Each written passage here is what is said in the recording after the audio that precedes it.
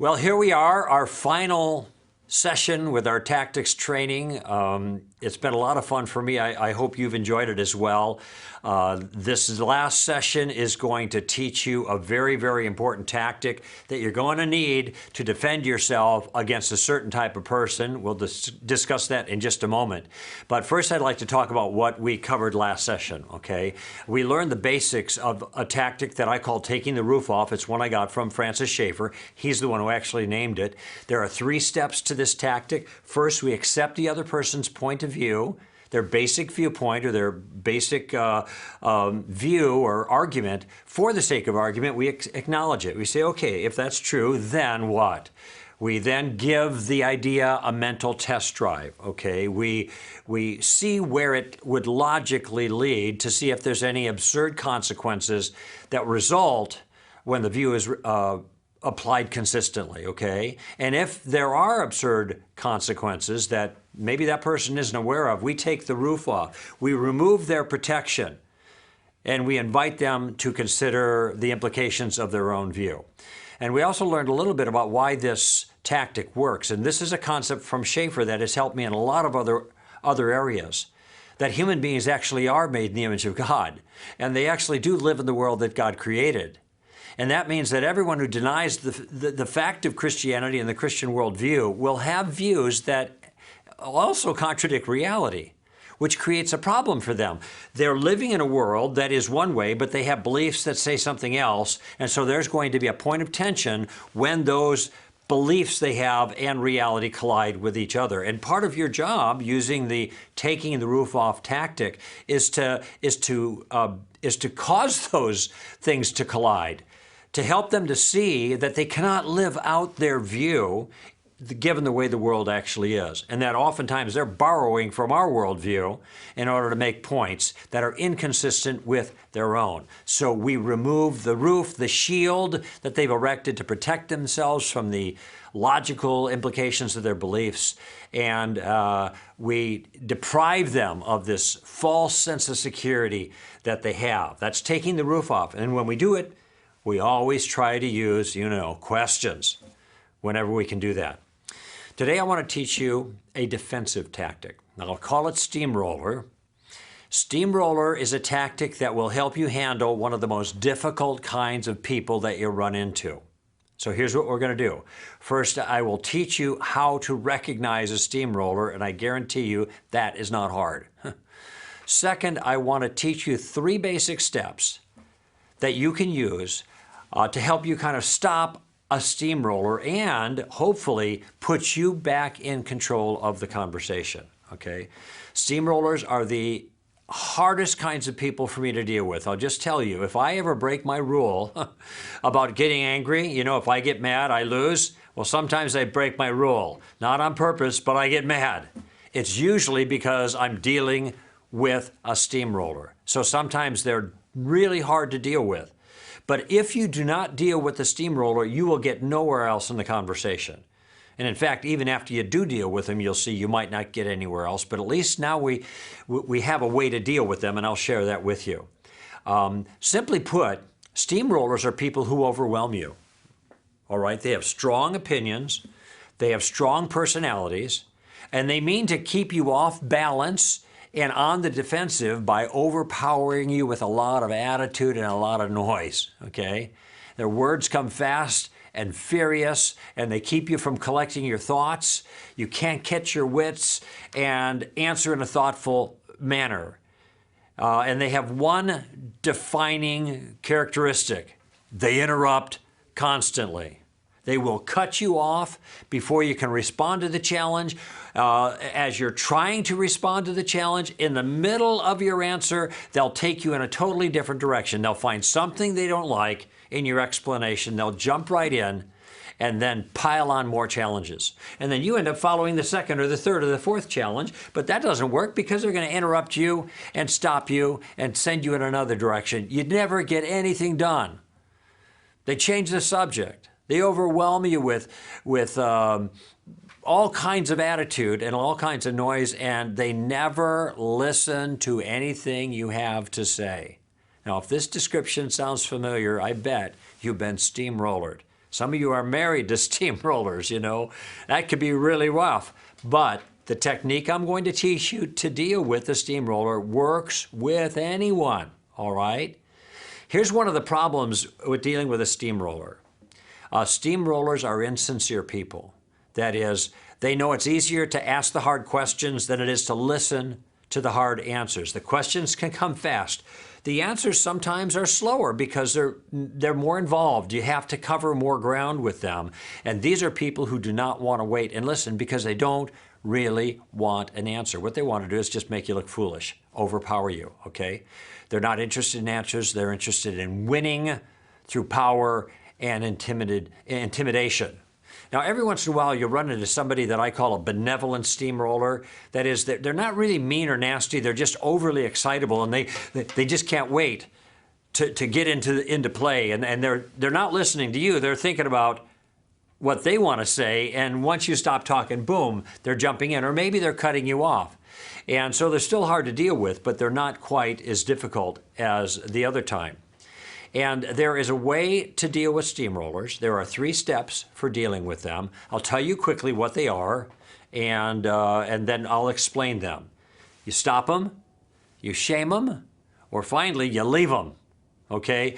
Now, these are progressive steps, and the point is that if you do the first step and it works to stop the steamroller, you don't have to go any further.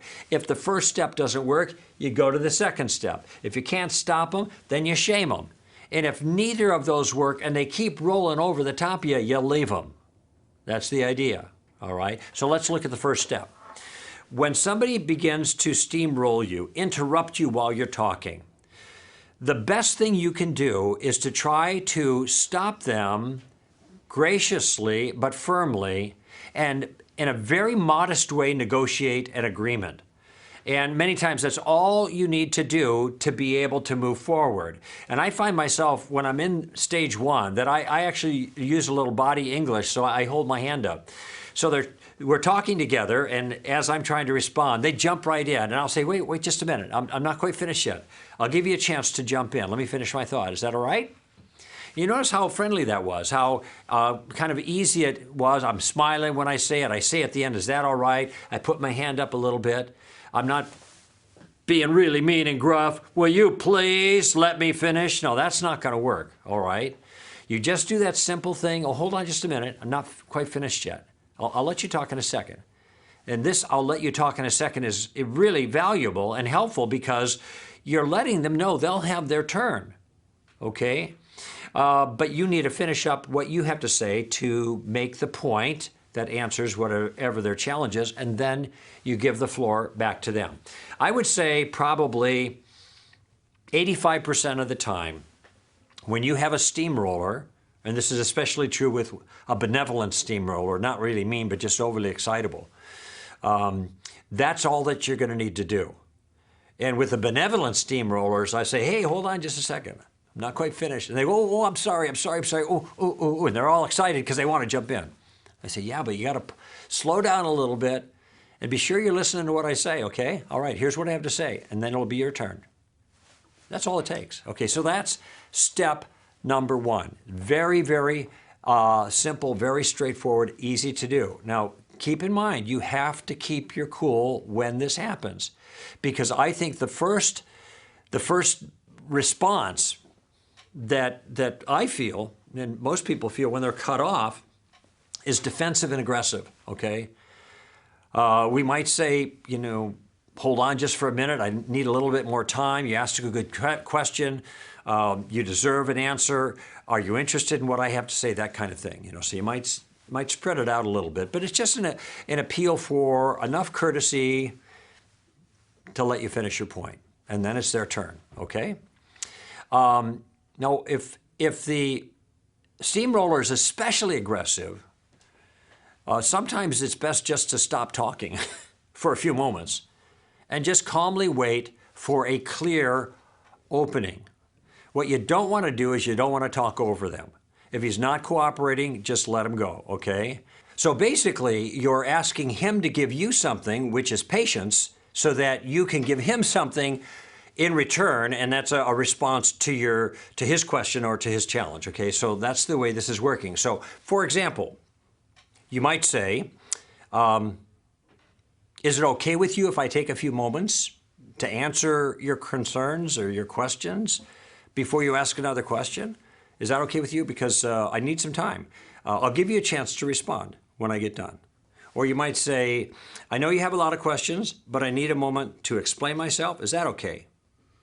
Or you might say something like, let me respond to your first challenge. When I'm done, you can jump in again. Is that all right with you?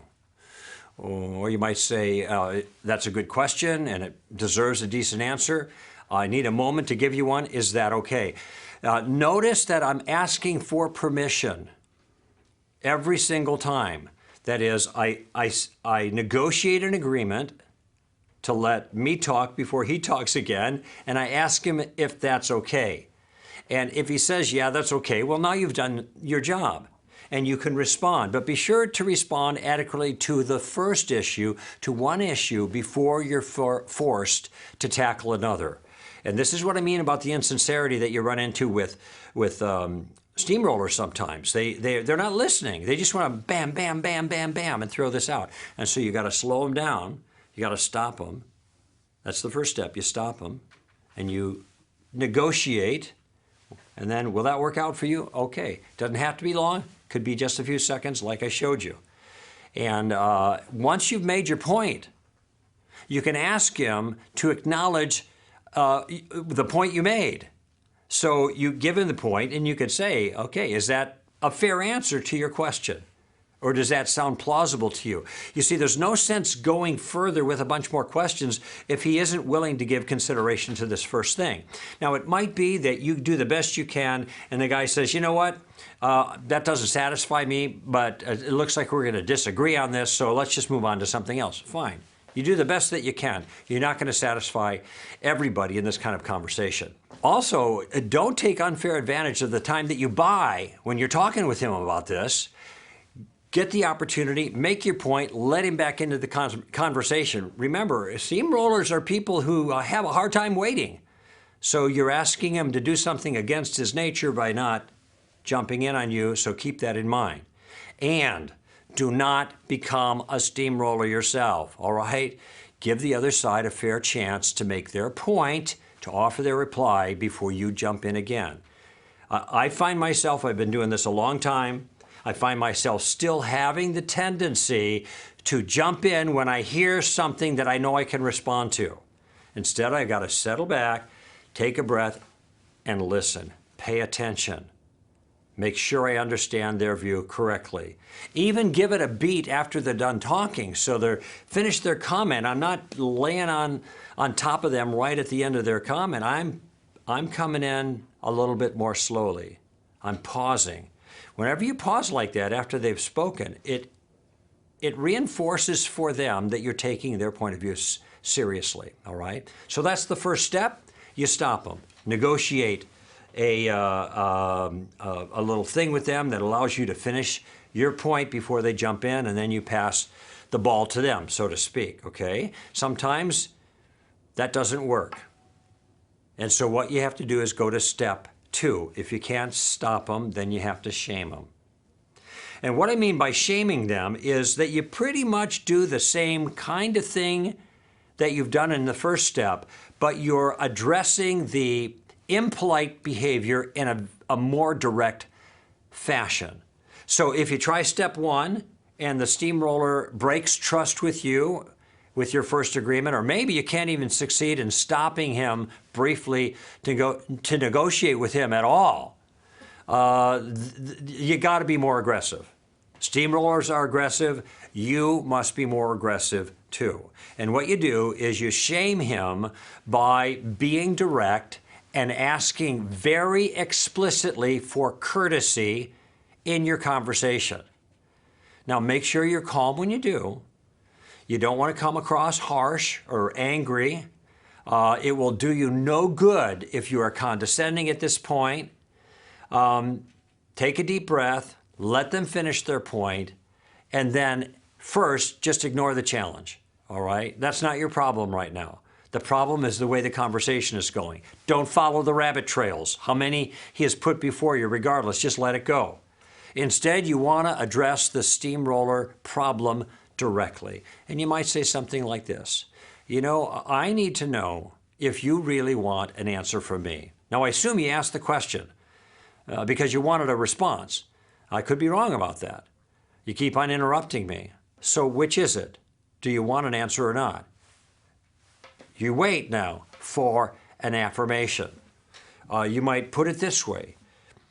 Could I ask you a favor? I'd love to respond to your concern, but I can't because you keep interrupting me. Do you think I could have a few moments to develop my point without being cut off here? And then, hey, you can tell me what you think. That's all right. I don't mind hearing from you. I just want to be able to make my case here. Is that okay with you? And then you wait for a response. Or you might say, can I ask you a quick question? I need to know whether you want an answer to your challenge or if you just want to talk. When you keep interrupting me, I get the feeling you don't want to have a dialogue, you don't want to answer, you just want to talk. Well, that's okay, I'm a good listener. Fine, just let me know what it's going to be. What do you want? I need to know that before I can continue this conversation, and then wait for an answer. I remember one time I was having a conversation, I was in India, and one of the Christians brought a friend of theirs to me that they wanted to have me talk with about Christianity. This person was an energetic type, really talkative, and he was a steamroller. And what happened is, the more that they talked, I should put it this way, the more that I tried to talk, the more they kept interrupting me. And finally, I just sat there quietly. And they talked, and they talked, and they talked, and then they stopped. And when they were done, I said, thanks. And then I got up to walk out. And they were they were really surprised that I was doing. They said, what are you doing? Where are you going? I said, well, I kept trying to answer your questions. You kept interrupting me. And I suddenly realized this person doesn't want answers. They just want to talk. And I said, okay, I'm a good listener. I can listen. And so I did. And now I listened. And now you're done talking. Now I'm leaving. Well, that's pretty aggressive.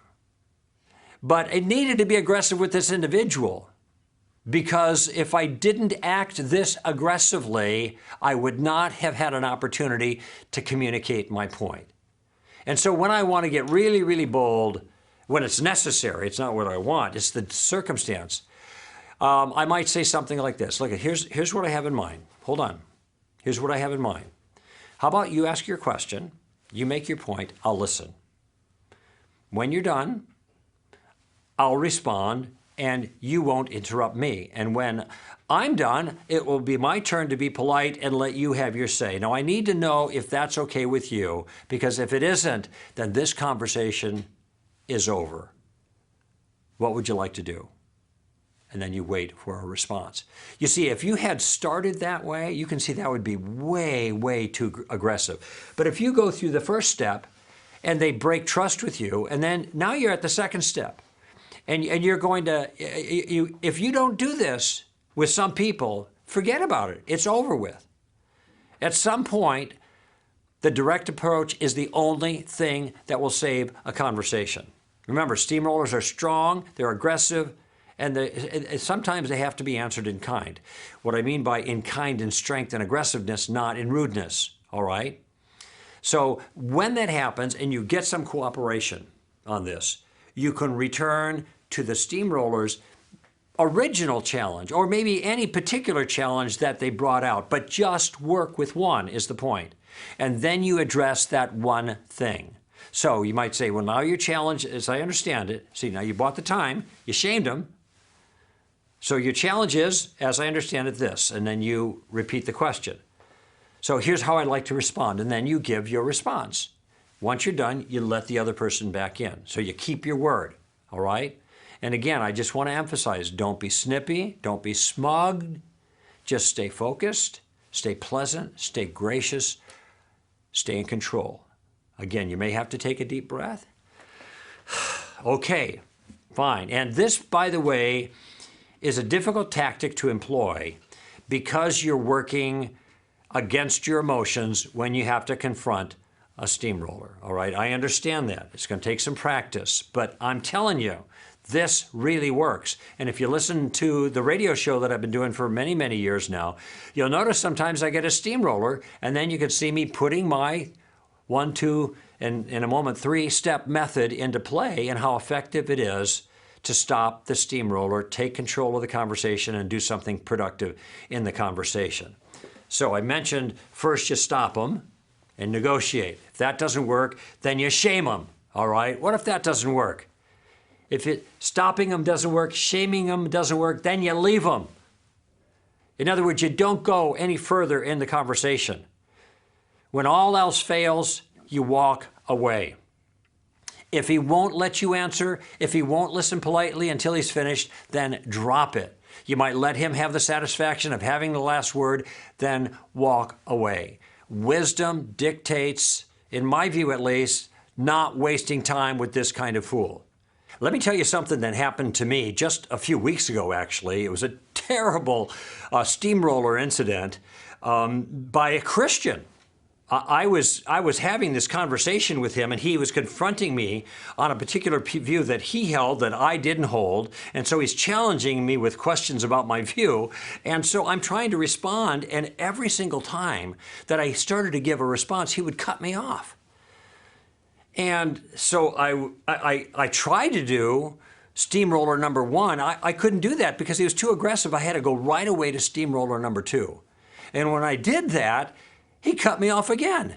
In other words, right when I'm trying to say, hold on just a minute, I'm trying to answer your question, but you're not really giving me an opportunity to answer it. You keep interrupting me. Do you want an answer or don't you want an answer? I'd be glad to give you an answer, then you can jump in. I mean, that's what I wanted to say, but I got halfway through saying that and he interrupted me. And I said, look, you're even interrupting me when I'm asking you not to interrupt me. And I realized that this is one of those situations that was never going to go right. He would not stop interrupting, no matter what I said. So I never could get any ideas out on the table for him to consider. And I realized in this circumstance, there's no sense going any further. And I just put up my hands and I just said, I can't continue in this conversation.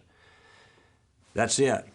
And I told him why, because you keep interrupting him, and I turned and walked away. And as I was walking away, he was still firing shots at me. That's how bad it was. I think the last thing he said to me, because I was going to give him the last word, right? And he said, you should go back and to your room and get down on your knees and repent from your sin and pray to God, that something like that, because my view, he saw, was a terrible sin. Anyway, it was awful. And I felt really bad afterwards. And sometimes this is just the way it goes. I mean, life is not tidy, and sharing your convictions with someone, even a Christian, is not going to be tidy. And sometimes you're going to run into steamrollers, and you're going to have to deal with the steamrollers. Listen, Jesus said, do not give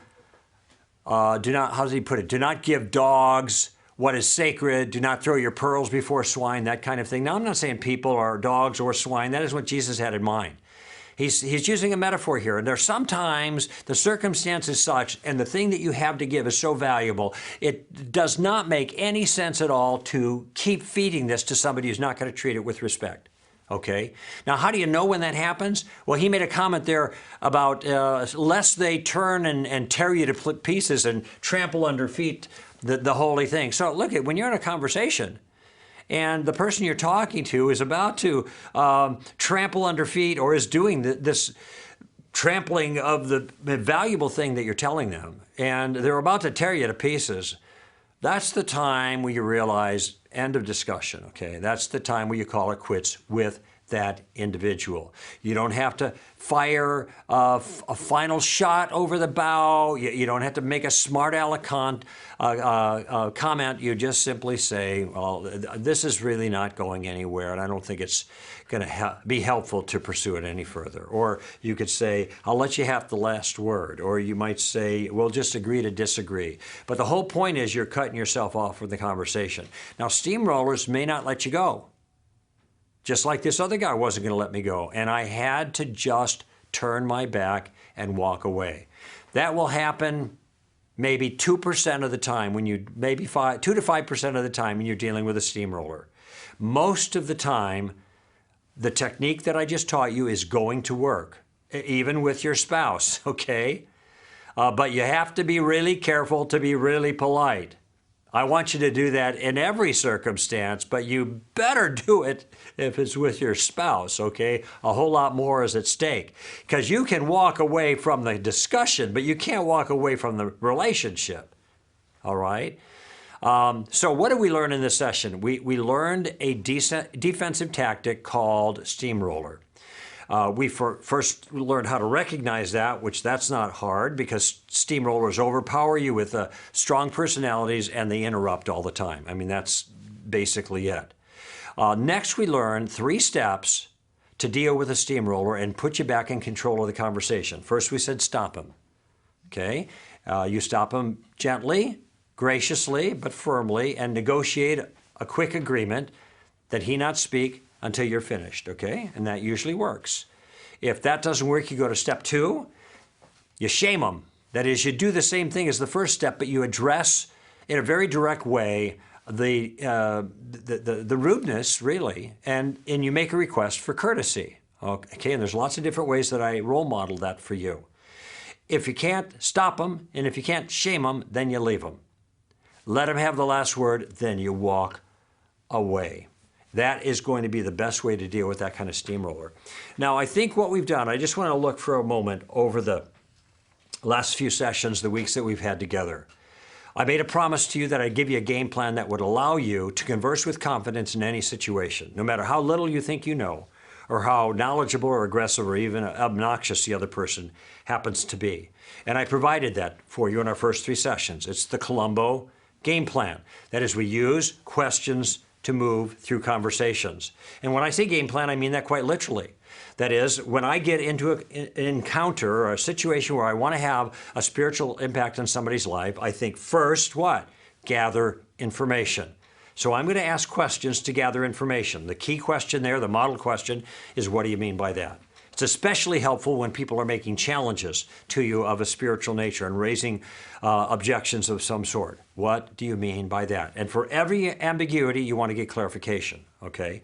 The second step in our game plan is to reverse the burden of proof, all right? So if somebody makes a claim, they're the one who bears the burden of proof. We're not going to try to disprove their view. We want them first to offer evidence in favor of the point that they're trying to make before we go after it. And we use some form of the question, now how did you come to that conclusion? And then the third use of Columbo is if we can go further in the conversation, if we have a point that we want to make in a positive way, if we see a weakness or a flaw, then we're going to use questions to make our point, or use questions to exploit the weakness or the flaw. And if we can get a bunch of pieces on the table from them by asking them questions first that help us to make our point, all the better. Okay? That's the game plan. That was our first 3 sessions. Then we talked about 2 different tactics that will allow us to recognize the flaw. The tactic suicide was used to help us to recognize when some points of view just self-destruct. And they destroy themselves, so all you have to do is recognize it, and that's the key.